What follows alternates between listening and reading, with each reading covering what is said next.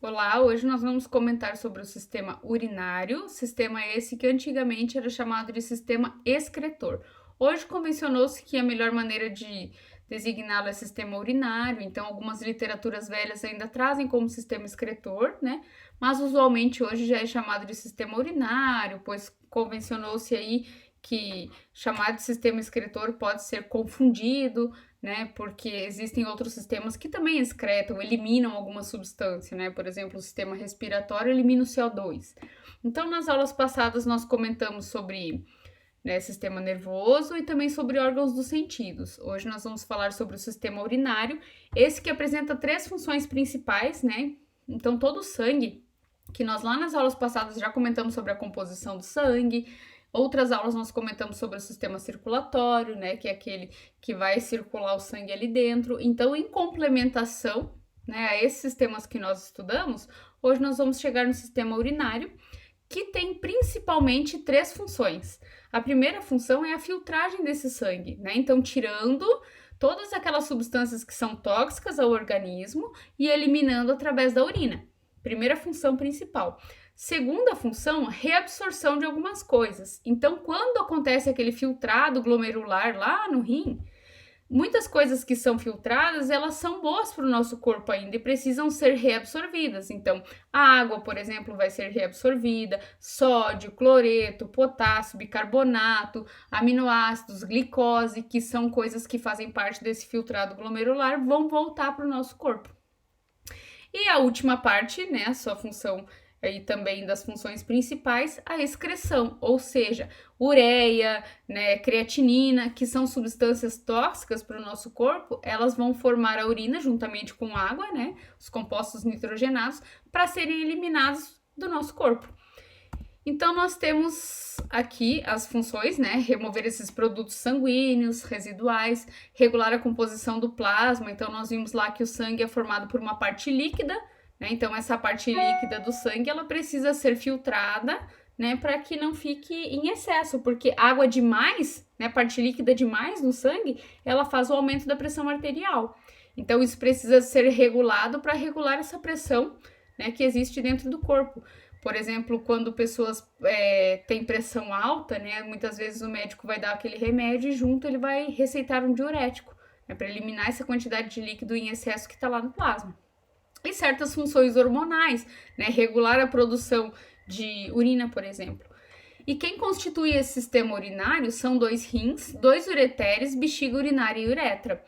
E aí esses rins, eles podem ter formatos diferentes de acordo com o animal que nós estamos comentando. Por exemplo, o cavalo, o rim direito do cavalo, ele tem um formato de coração. Bovinos e suínos, o formato do rim do bovino e suíno, ele é como se fosse um monte de lobos colados, como se fosse um cacho de uva, porque ele apresenta certas diferenças. Né? Ureteres, então ureteres são aqueles canais que vão conduzir aquela urina até a bexiga, onde vai ficar armazenado até chegar a uma determinada capacidade, que também vai ser diferente para cada espécie animal. E aí os músculos, como é composto por músculo liso, né, eles vão ficar sendo a urina, a bexiga urinária, ela é um órgão que ela é pequeno e ela é bem quando ela está contraída e depois ela vai se enchendo, né, esse epitélio de transição vai se aumentando de tamanho, vai chegar uma hora que o sistema nervoso autônomo vai mandar aquele recado, né, que a micção, aquele reflexo de micção, ou seja, a bexiga tá cheia, esse animal precisa esvaziar, né? Então ele vai mandar esse estímulo para que o animal sinta a vontade, né, de urinar e elimine toda essa urina que está armazenada ali dentro da bexiga. Como que essa urina vai sair? Através da uretra. A uretra também apresenta diferenças, né, para o sistema reprodutor masculino e feminino, por exemplo, né, a uretra feminina ela não faz parte do sistema reprodutor, apenas do sistema urinário. Agora a masculina, né, lá no sistema reprodutor masculino, a uretra ela é compartilhada com o sistema urinário. E isso faz com que a uretra do macho, por exemplo, seja muito maior que a da fêmea. Então, se esse macho apresentar cálculos, né, pedras no rim, por exemplo, vai ser mais difícil de eliminar do que a fêmea, porque a fêmea tem a uretra mais curta. Agora, a fêmea vai sofrer muito mais por determinados tipos de infecção, né, do que o macho, porque como esse canal é muito pequeno, é mais fácil desses organismos patógenos chegarem e atingirem alguma parte desse sistema urinário feminino. E aí nós temos a anatomia do rim, né, como comentamos, alguns têm formato de feijão, né, o que é o mais comum, e aquela cor vermelha acastanhada, ou seja, ele é bem escuro. Né, o rim ele é formado por uma cápsula que protege ele, né? Essa cápsula ela é uma cápsula de tecido conjuntivo que ela vai delimitar, né, esse rim. E esse rim vai estar lá na região dorsal do corpo do animal, né, e vai estar protegido ali pelas costelas chamadas costelas flutuantes, que são aquelas costelas finais, né? Eles vão estar protegidos aí por esse tipo de costela. Quando nós chegamos, né, esse rim, ele é irrigado por artérias renais e veias renais. Quem são essas artérias renais e a veia renal? A artéria renal, na verdade, ela é a artéria aorta que chega ali e se ramifica, formando as artérias renais. E essas veias renais, né, então são a veia cava inferior, que também chega ali e se ramifica, né, adentra esses rins, e aí então ali, quando ela se ramifica, ela se torna as veias renais. E aí nós temos esses dois rins, né? O rim direito, ele vai apresentar, ele vai ser um pouquinho de um local diferente, então acho que a gente consegue ver, ó, um deles é mais baixo, o rim direito ele acaba sendo mais alto por causa do fígado, né? Que forma ela forma um vilo ali, que esse rim fica ali um pouquinho mais alto. E aí, então, filtra esse plasma, né, os constituintes plasmáticos, muitas coisas vão ser eliminadas, outras vão ser reabsorvidas, né, e o cavalo, por exemplo, como nós comentamos, o rim direito tem formato de coração, bovinos e suínos, né, tem lobos distintos, então você olha, ele é um monte de bolinhas coladas, né, como se fosse um cacho de uva. E nós vamos à anatomia dos rins. Depois, lá no Moodle, eu vou deixar lá para vocês esse PowerPoint completo com todas essas escritas de tudo que eu tô falando. Mas para gravar o vídeo eu achei melhor retirar essas escritas porque tem bastante coisas para falar, então ele ficava muito carregado. Então aqui está o desenho de um rim, né? Toda essa volta preta desse primeiro rim é essa cápsula que eu comentei de tecido conjuntivo. Então ela é a delimitação, ela é a proteção, é a parede do rim. Na parte interna, ali, naquele rosinha mais claro, nós temos a região cortical, ou seja, o córtex do rim. Naquela região rosa mais escura, mais adentro desse rim, nós temos a região medular.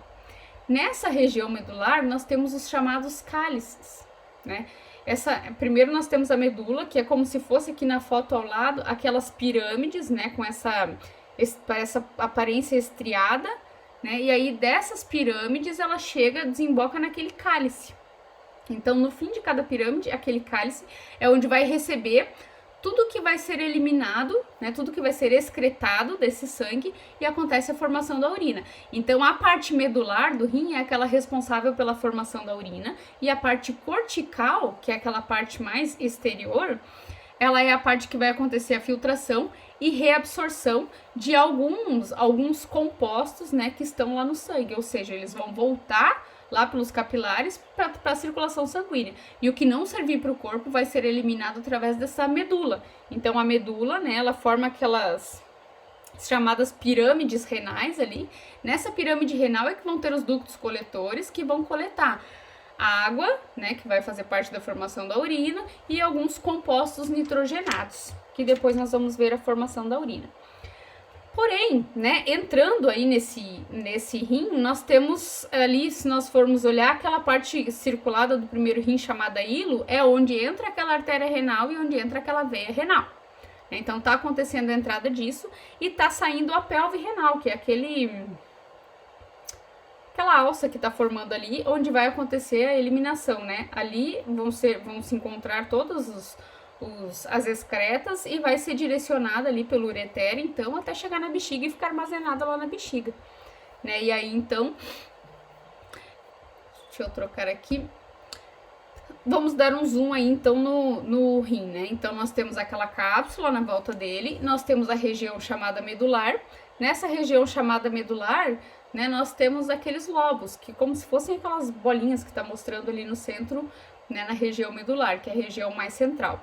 Se nós observarmos ali as artérias e as veias que estão entrando, né, a veia é aquela parte azul e a artéria renal, aquela parte vermelha. Elas estão se ramificando muito. Por quê? Porque ali precisa entrar um fluxo de sangue muito grande. Imagina que dentro de um rim vão passar aproximadamente, humanos, né, vão passar aproximadamente 180 litros de sangue durante o dia. Né? Então, esse sangue vai passar ali diversas vezes. Só que tudo que passar ali dentro, pelo menos 99,9% vai ser reabsorvido. Ou seja, vai voltar para essa corrente sanguínea, né? E só 0,1 vai ser, então, eliminado, vai formar urina. Então, um humano, por exemplo, vai passar ali 180 litros de sangue por dia, mas eliminado mesmo na forma de urina, vai ser de 1 a 1,5 litros de urina por dia. E aí, então, né, ela é muito ramificada, e essas ramificações, quando elas forem entrando, né, esses capilares, quando eles forem chegando lá no córtex do rim, que é a parte onde vai acontecer a filtração e reabsorção, elas vão encontrar os néfrons. Então, o que são os néfrons? Néfrons são as unidades filtradoras do rim, ou seja, o córtex é chamado a parte funcional do rim. Então, ali naquela foto do lado, né, aqui nessa figura ao lado, que é esse zoom, tá mostrando o córtex renal, naquele rosinha mais claro, e o néfron é toda aquela parte. Então, a gente pode ver que o néfron, ele tá um pouquinho na parte cortical, e a alça, que é aquela parte mais baixa do néfron, ela já tá na região medular.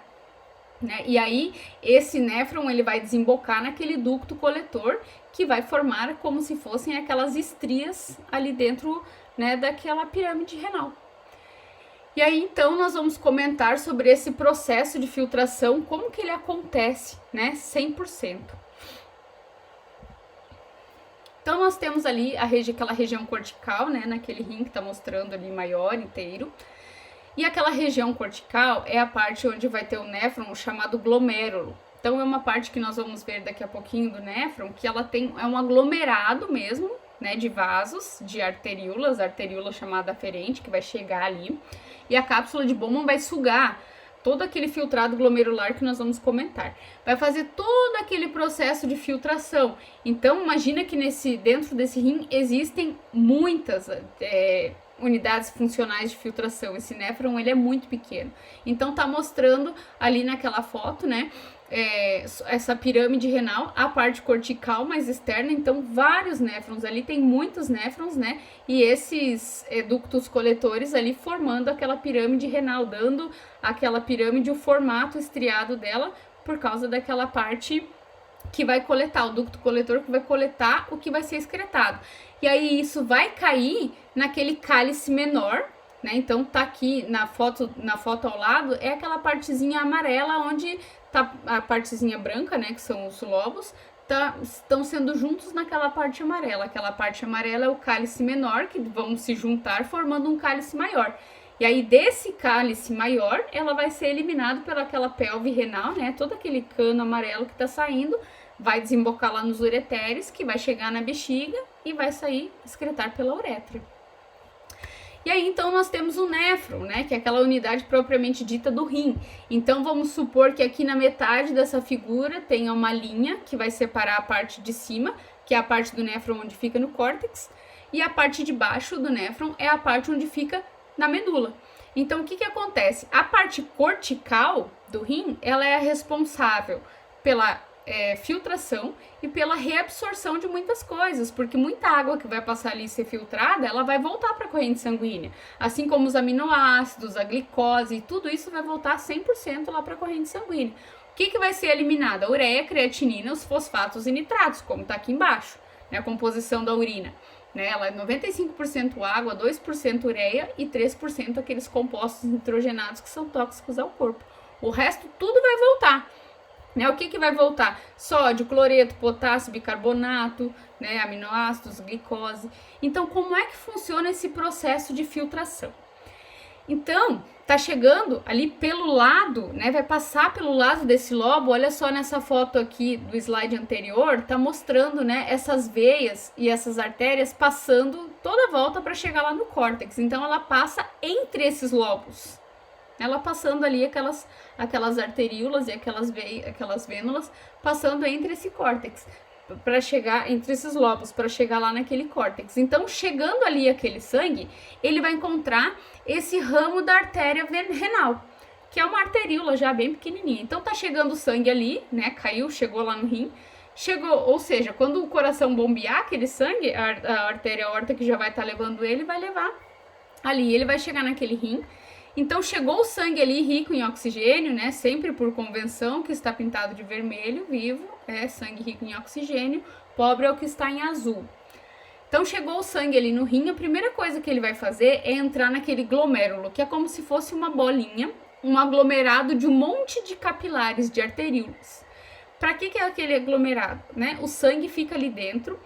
Esse sangue tem uma pressão tão grande, ela é quase 10 vezes maior do que a pressão do sangue que está no corpo. E aí, o que acontece? Tem aquela cápsula chamada de cápsula de Bowman. Isso é uma literatura um pouco mais antiga, hoje ela já é chamada de cápsula renal. Aquela cápsula de Bowman, ela fica abraçando, entre aspas, né, aquele glomérulo.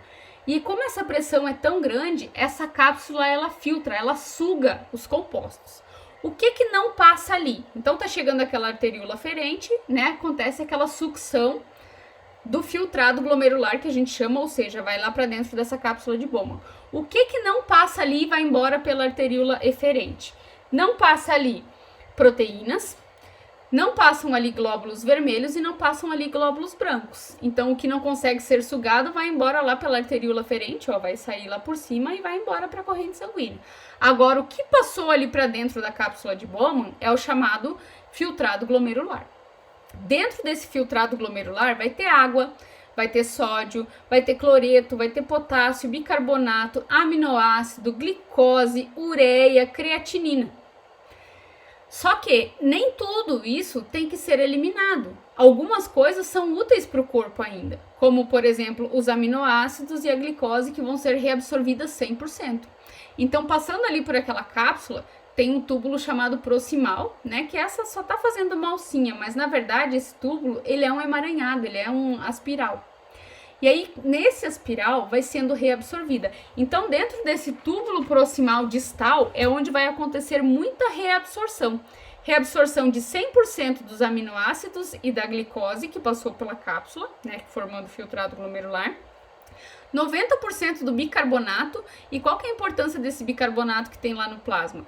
É através do bicarbonato que o CO2 se cola. Então, esse transporte de CO2 acontece principalmente por causa desse bicarbonato, desculpa.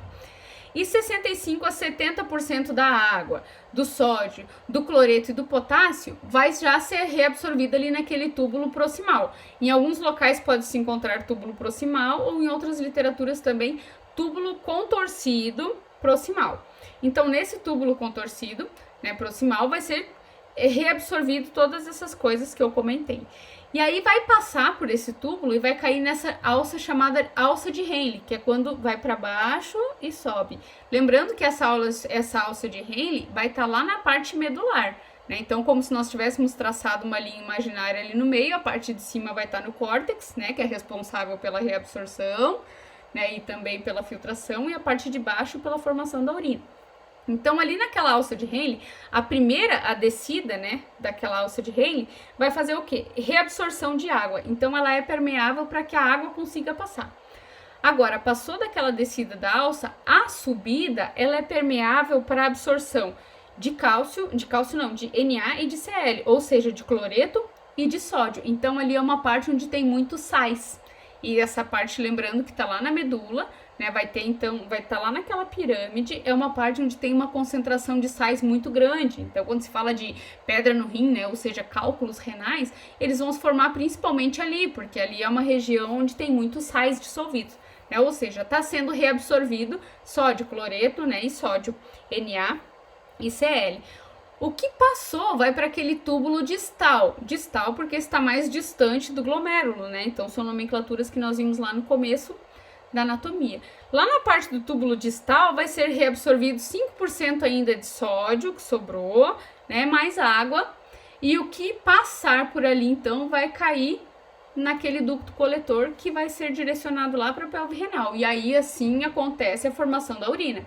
Então, todo esse néfron, ele é muito irrigado por esses vasos, né, por esses capilares. Aqui tem um pouquinho de uma rede, mas ele é bem irrigado porque acontece muita reabsorção ali, né? Então, imagina que 99,9% do que passa aí dentro é reabsorvido.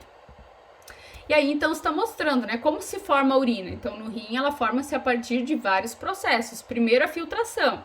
Olha lá, a arteríola aferente, né, a arteríola aferente chegando, a cápsula de Bowman retirando, né, aquele filtrado glomerular, né, o que não é retirado, que é os glóbulos brancos, glóbulos vermelhos e proteínas, vai para baixo e volta, vai embora pela arteríola eferente, né. E aí, passando, então, aquele túbulo proximal, né, túbulo contorcido ou túbulo proximal, vai fazer já a reabsorção dos aminoácidos, né, das proteínas não, porque a proteína não passou, dos aminoácidos, que são pedaços, né, de proteínas, e glicose. Então, 100% de reabsorção.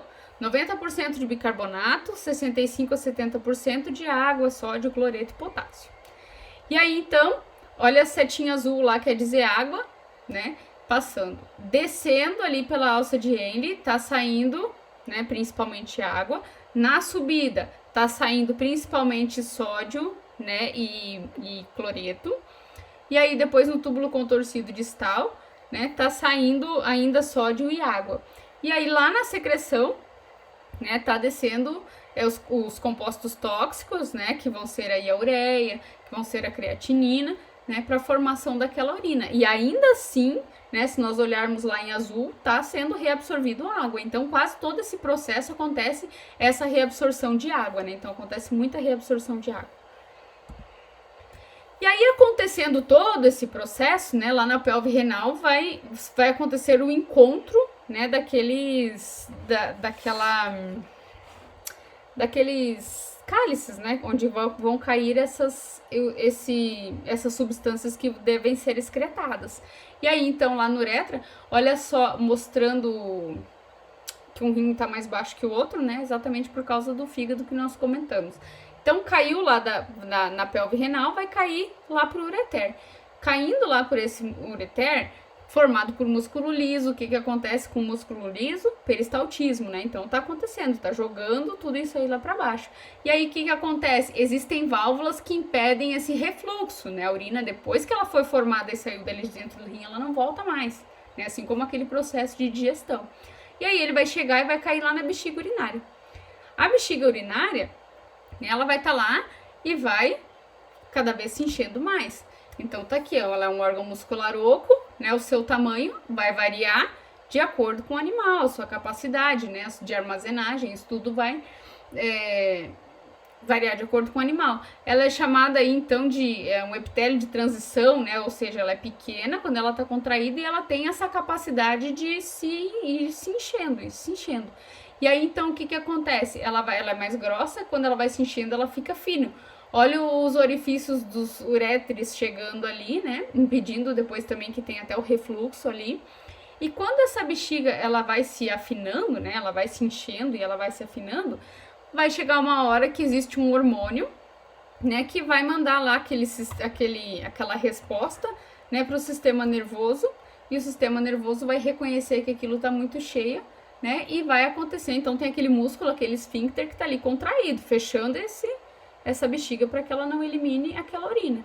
E aí, então, vai mandar aquela resposta, né? E quando ela mandar aquela resposta, não, aquele potencial que ela tá se enchendo e precisa eliminar, esses músculos periuretrais, eles vão relaxar e a urina vai ser eliminada por ali através da uretra.